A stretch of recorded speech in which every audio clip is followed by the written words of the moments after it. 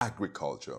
A lot of agricultural schemes which we see functional today are inherited from the PDP government. The PDP Agricultural Transformational Program is directed at promoting local production, substituting for imported foods and adding value to our locally produced crops. Thanks to the PDP policy, agriculture is no longer a development program. It is now being treated as a business, one that is now generating wealth and creating jobs for millions of youths. First of all, what PDP did in the agri sector is also to liberalize the landscape. We made Nigerian farmers to understand that you cannot continue to do farming the way your parents and your grandparents and great-grandparents were doing. Agri is key because we all know the relevance of agriculture. First and foremost, for a nation to be safe and secured, there must be food security. And a nation cannot depend on imported food only.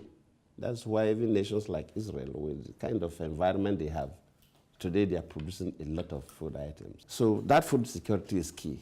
And secondly, one sector that creates so many job opportunities is the agricultural sector. Coming to also other supporting areas like provision of fertilizer.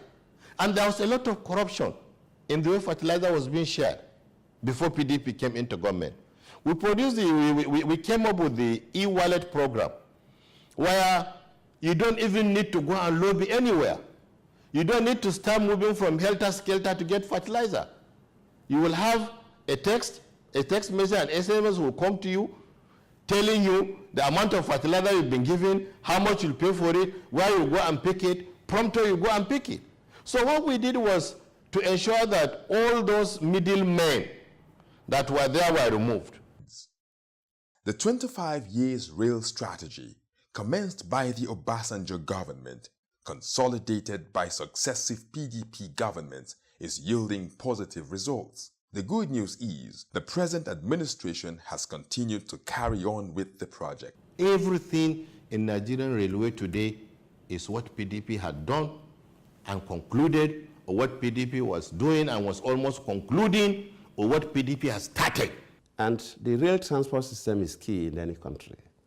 You can't claim to have mass transit without rail, because rail carries more people, minimal accidents, issues of security are minimal.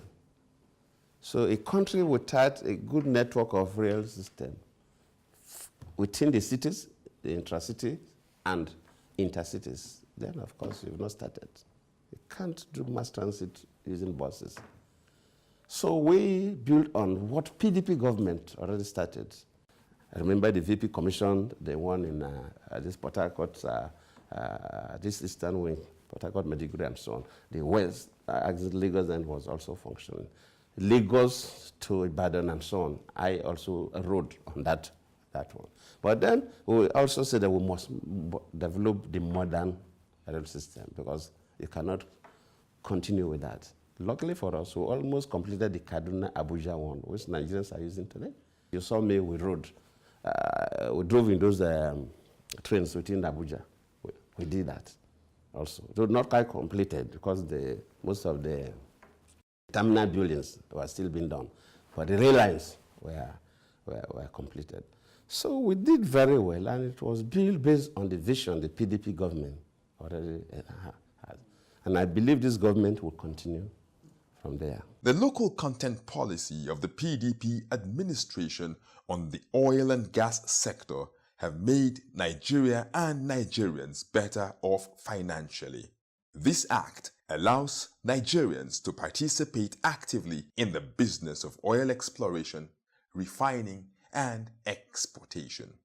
The Local Content Act came into being in 2010, but before then, because the then president, President Olusegun Obasanjo, so he made it clear that look, the local people must participate in this industry. So that's what I would call the body language. So long before there was an act. They read, the IOCs, the international oil companies, read the body language of the president then. And then they opened up the industry, even before it became an act. Because where we were in the industry then, there were services we could never indicate interest in. They started advertising them that you could put in as a local company. And most of those services, we won. We were given the opportunity to grow. And some of the experts, Nigerian experts, or Nigerian skilled people that were working for the multinational companies, we were able to push them, take them, and then made them managers, and they started earning money, and started building houses, and it's a huge success so far. So the Local Content Act has been very helpful. Like I said, I benefited from it greatly.